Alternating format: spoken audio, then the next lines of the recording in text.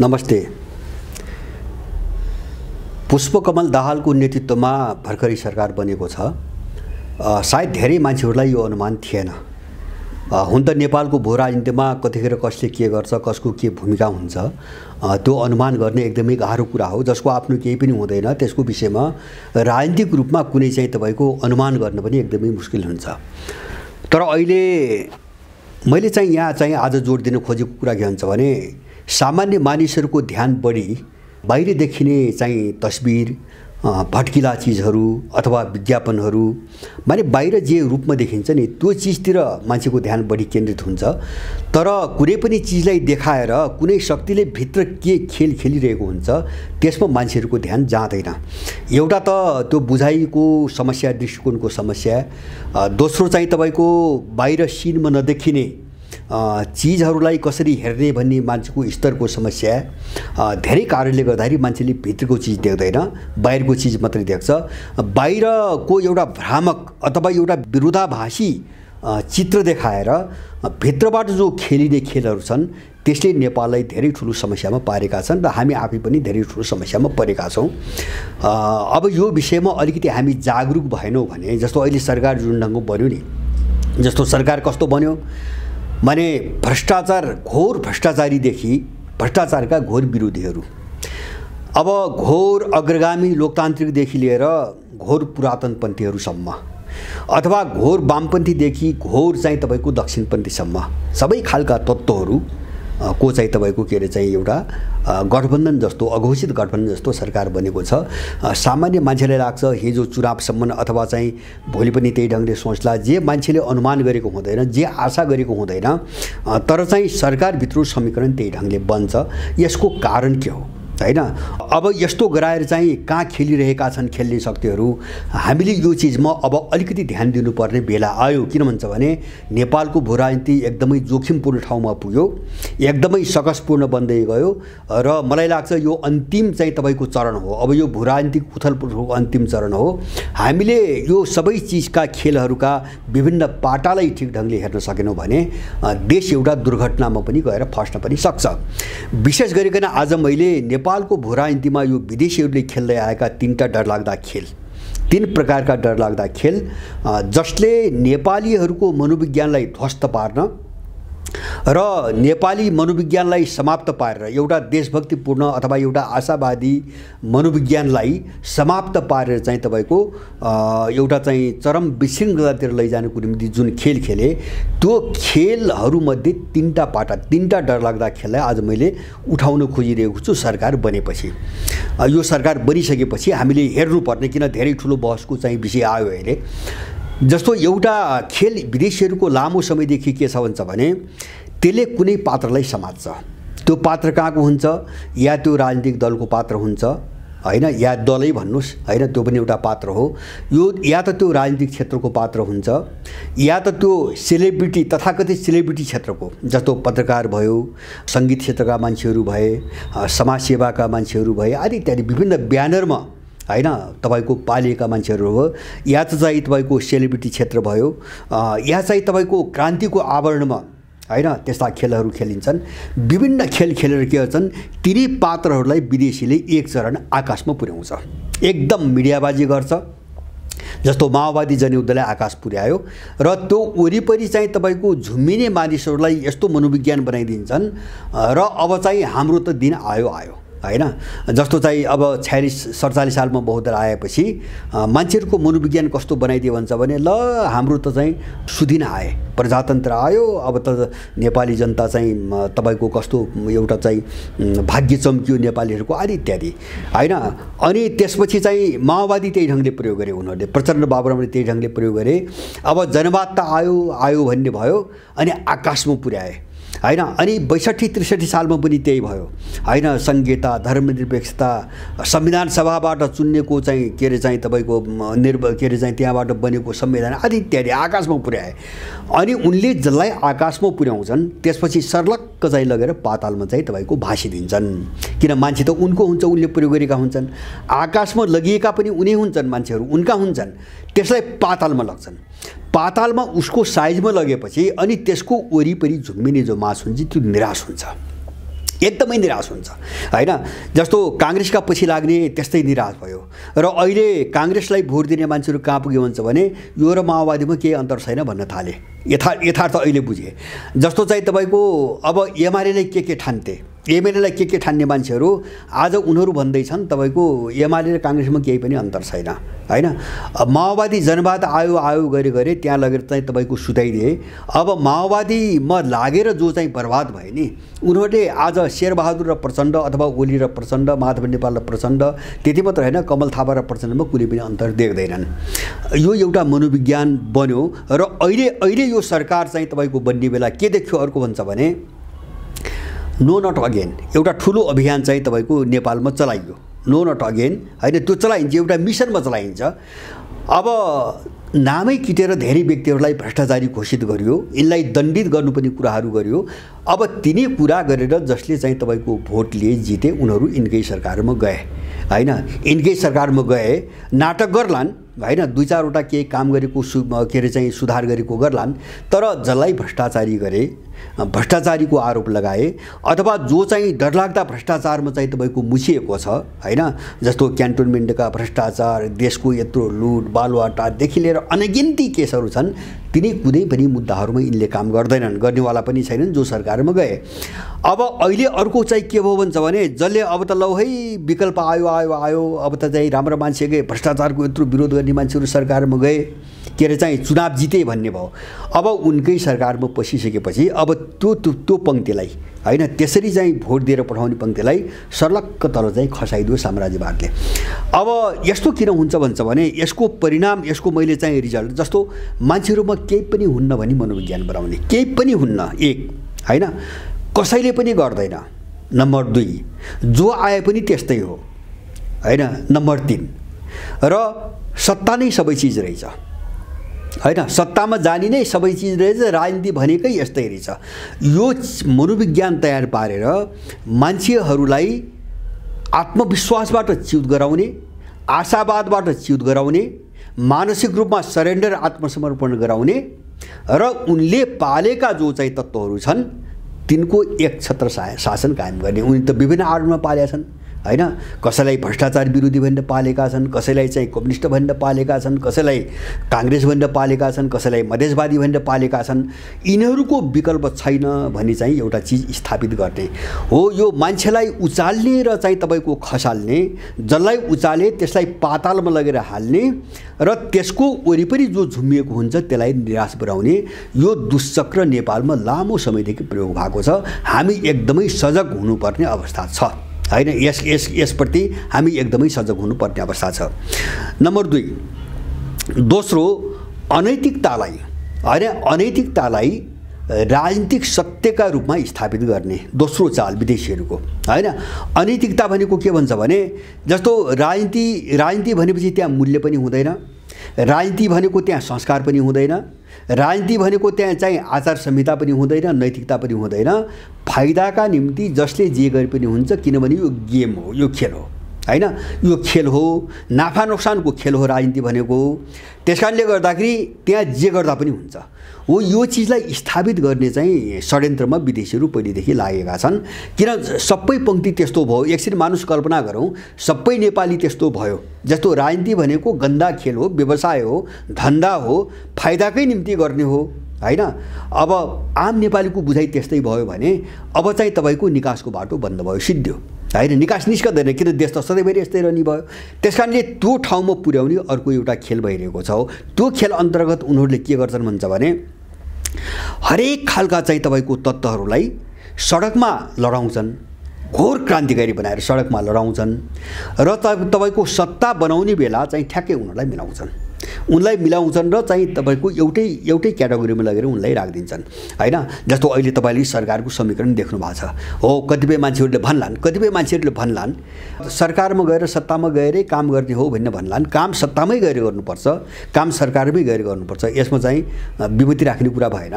तर चाहिँ राजनीतिक लडाइँ भनेको के हुन्छ भने त्यो मूल्यको लडाइँ हो हैन।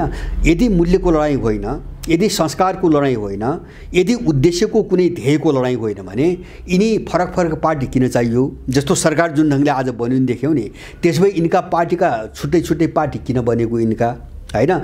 अब छुट्टै सिद्धान्तका पाखण्ड किन प्रदर्शन गर्नु पर्यो हैन।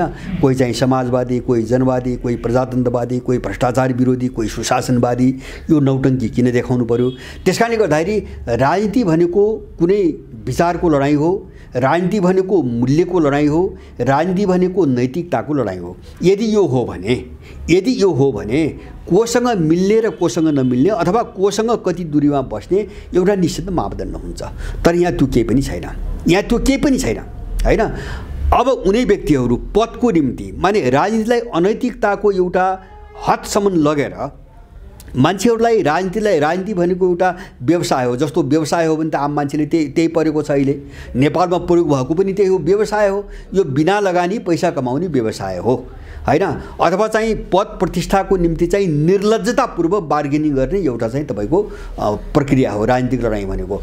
यो ढङ्गको चाहिँ दिमाग पारेर राजनीतिक मूल्यबाट मान्छेलाई च्युत गराउने, मान्छेलाई सिद्ध्याइदिने हैन र भ्रष्ट बनाइदिने, एक खाले मान्छेको दिमाग नै करप्टेड बनाइदिने एउटा यो खेल चाहिँ यसलाई बजारवाद जस्तो बजारवाद भन्छ नि उनीहरू। जस्तो मान्छे पनि बजारमा चाहिँ बेच्न राखेको माल हो, त्यसको सिद्धान्त भनेको पनि माल हो, विचार भनेको पनि माल हो, मूल्य भनेको पनि माल हो। त्यसकारणले बजारमा राखेको माल चाहिँ जसले बढी पैसा तिर्छ किन्छ अथवा उसले तोकेको मूल्य जसले तिर्छ तपाईको तिर्छ। राजनीतिलाई यो ढङ्गले प्रदूषित गर्ने र नेपालमा राजनीतिक लडाइँ चल्नै नदिने दोस्रो चाहिँ एउटा चक्रव्यूह पहिलेदेखि चल्दै आछ। त्यो अनुसार जस्तो अहिले सरकारको प्रचण्ड र चाहिँ तपाईको ओलीको फेरि सरकार बन्ला, मलाई लाग्छ यो बाहिरको मान्छेले चिताएकै थिएन हैन। अथवा तपाईको जस्तो घन्टीवालाहरूको चाहिँ तपाईको देखियो सुरुमा यिनीहरू प्रधानमन्त्री बार्गेनिङ गर्न परि देउबा कहाँ गए, सुरुमै गए देउबा कहाँ। अनि त्यसपछि अलिकति उनको गठबन्धनको सरकार अब बन्दैन कि जस्तो भन्ने भयो। अनि यिनी प्रचण्डका पनि धाए त्यही पद माग्न।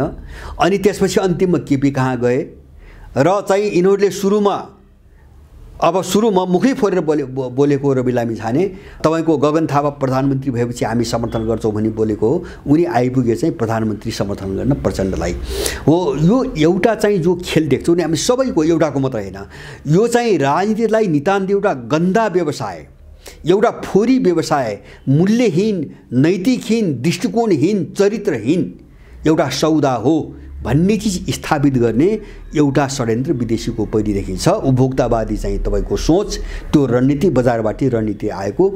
यसप्रति हामी एकदमै सजग हुन जरुरी छ। किन राजनीति यस्तो धन्दा होइन, राजनीति मूल्यको लडाइँ हो, सिद्धान्त र विचारको लडाइँ हो।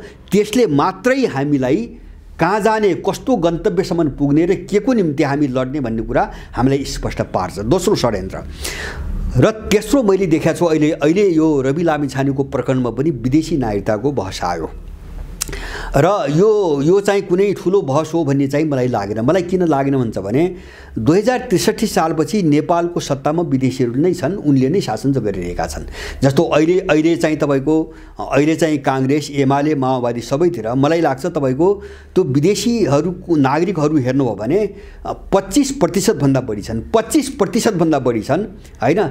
देशको प्रधानमन्त्री भइसके, देशको चाहिँ मुख्य मन्त्रीले जीवन राजेन्द्र महतोको हो, यत्रो बहस विवाद भइरहेछ हैन। तपाईको रामकुमार के अरे चाहिँ उसको के अरे चाहिँ रामकुमार शर्मा भए हैन, त्यसपछि एउटा रामचन्द्र झाहरू भए लगायत। त्यो मात्र हैन, अब तल चाहिँ हामीले नाम सुनेका नसुनेका अझ 63 सालपछि त भन्छ भने तपाईको बीचमा चाहिँ त्योभन्दा अगाडि पैसाले किन नागरिकता लिएका लगभग झन्नै नेपालको संसद र सरकार भनेको एउटा विदेशी नागरिक ठुलठुला माफिया र ठेकेदार र फौजदारी अभियोग लागेका अपराधीहरू, यो तीनटा किता जोड्ने हो भने 2/3 भन्दा बढी ठुलो संख्या तिनीहरूकै छ, संसदमा पनि सरकारमा पनि। भनेपछि यस्तो अवस्थामा जस्तो मैले पहिले पनि एकचोटि तपाईलाई पनि जस्तो अनुराधा कोइराला पनि त बागमती प्रदेश योभन्दा अगाडिको 3 नम्बर प्रदेशको प्रदेश प्रमुख बनाएर त राखे नि त हैन, राखे। उनीहरूले त्यो मिसनमा यस्ता मान्छे धेरै उठाएका छन्। त्यसकारणले रवि लामिछानेको प्रकरण ठुलो प्रकरण होइन। यद्यपि के हो भन्छ भने जो उठ्याछ मिडियामा त्यो कुरा सत्य हो हैन। उनी चाहिँ नेपाली हुन् कि होइनन् त्यसमा पनि विवाद छ। उनको चाहिँ छिनोफानो नलैकिन किन भन्छ भने यो सबै नेपालमा हुन्छ, नेपालमा गराइएको छ। त्यो यसकारणले गराइएको छ। जस्तो मैले भन्छु नि राजेन्द्र महतोदेखि रवि लामिछानेसम्मको बहस हैन, जो विवाद आउँछ तर समाधान हुँदैन, समाधान गरिँदैन हैन। यो विवाद बहस चाहिँ गराउने, कुरा कोट्याइदिने, समाधान नगर्ने। अब यो मान्छेको मानसिकतालाई एउटा सामान्यकरण गर्ने, जनरलाइजेसन भन्छन्, यो एउटा खेल विदेशीको छ। यस्तो ठाउँमा पुर्याइदिने कि विदेशी सत्तामा जाने भनेको कुरा सामान्य कुरा हो। नेपाल त्यस्तै छ हैन, इन्डियासँग खुला सिमाना छ, अब विदेशी नागरिकता भएको छ, कसैलाई पोलेको छैन, मान्छे सामान्य ढङ्गले बसेको छ। त्यसपछि देशभक्ति भन्ने कुरो त्यस्तै हो हैन, देशभक्ति भन्ने कुरा त्यस्तै हो, राष्ट्रवाद भन्ने कुरा पनि त्यस्तै हो। यो भन्दा त बरु चाहिँ तपाईको आखिर विदेशीले शासन गरिरहेको छ देशमा, यो भन्दा त चाहिँ तपाईको आधा चीन आधा इन्डियाले लग्दैछ सञ्चय हैन, देश त कमसेकम बन्थ्यो। यस्तो टीका टिप्पणी नेपालमा केही वर्षदेखि सुरु भइसकेको छ। केही मान्छेहरूको बीचमा होला, तिनी कतिपय मान्छे पेन्टेड होलान्, त्यही प्रचार गर्न खटाइएका होलान्, तर मान्छेको मानसिकता क्षीण हुँदै गयो भने, जस्तो मैले भने नि, अब चाहिँ सारा विदेशीले नाङ्गो रूपमा चाहिँ आँखाले चाहिँ देखिने गरी विदेशीले देशमा शासन गरिरहेको छ हैन। यहाँको मान्छे त्यसैका पछाडि दौडिरहेको छ, दिमागमा केही पनि छैन, त्यसैलाई भोट हाल्छ, त्यसैलाई जिताउँछ हैन। त्यो मन्त्री भएकोमा पनि मान्छेलाई खल्दैन, त्यो उपराष्ट्रपति भए पनि खल्दैन। देउबा सरकारले त अस्ति एउटा विधेयक ल्याइरहेको थियो, विधेयक के ल्याएको थियो भन्छ भने अङ्गीकृत नागरिकता लिएको विदेशी हैन, जन्मको आधारको नक्कली मात्रै होइन, उनलाई त वंशज बनाइसके यिनीहरूले। अङ्गीकृत नागरिकता लिएको व्यक्ति पनि हैन राष्ट्रपति, प्रधानमन्त्री, सेना प्रमुख, प्रधान न्यायाधीश बन्न सक्ने खालको बाटोमा यिनीहरू आइसकेका मान्छेहरू हुन्। त यस्तो देशमा रवि लामिछानेको चाहिँ नागरिकताको बहस ठुलो कुरा होइन।